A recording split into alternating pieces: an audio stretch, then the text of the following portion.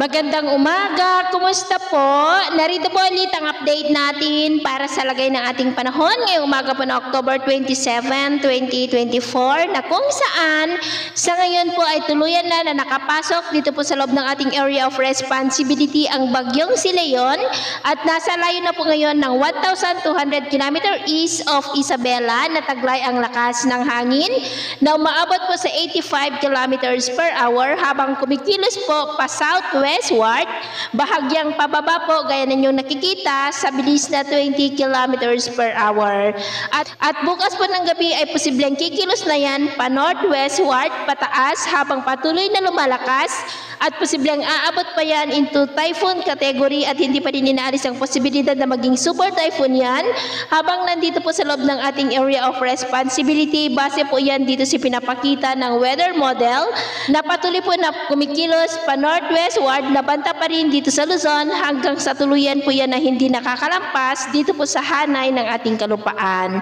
Ang bagyang si Christine naman ay nagbabanta na maglandfall mamayang hapon dyan sa Vietnam at unti-unti na po yan nahihina hanggang po sa tuluyan na yan na malusaw kahit na mag-recurve ay unti-unti na po yan na mawawala.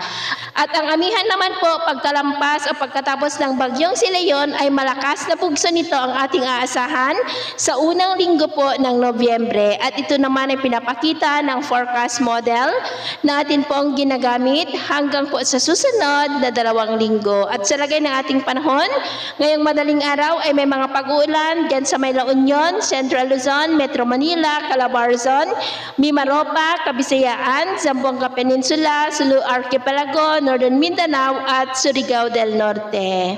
At mamaya po ay sisikat pa rin ang araw lalo na dito sa malaking bahagi ng Northern Luzon at dyan sa may Southern Mindanao pero may chance pa rin ng cloudy skies with isolated rains dyan po sa may Basilan, ilang bahagi ng Zamboanga, Northern Mindanao, Caraga, Kabisayaan, Mimaropa, Bicol, ilang bahagi ng Calabarzon, Metro Manila, Bataan, Zambales, Pangasinan at Bulacan.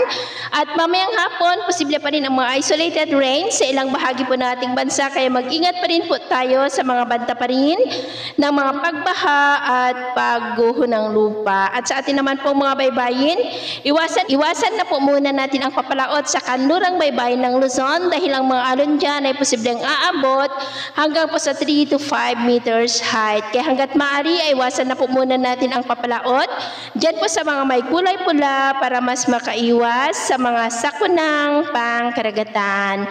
So yun po ang latest update natin sa araw na ito. Ako po muli si James na nagsasabing sakay na ng pagsubok po na darating sa ating buhay, huwag na huwag po tayong mawawalan ng pag-asa. Thank you and God bless.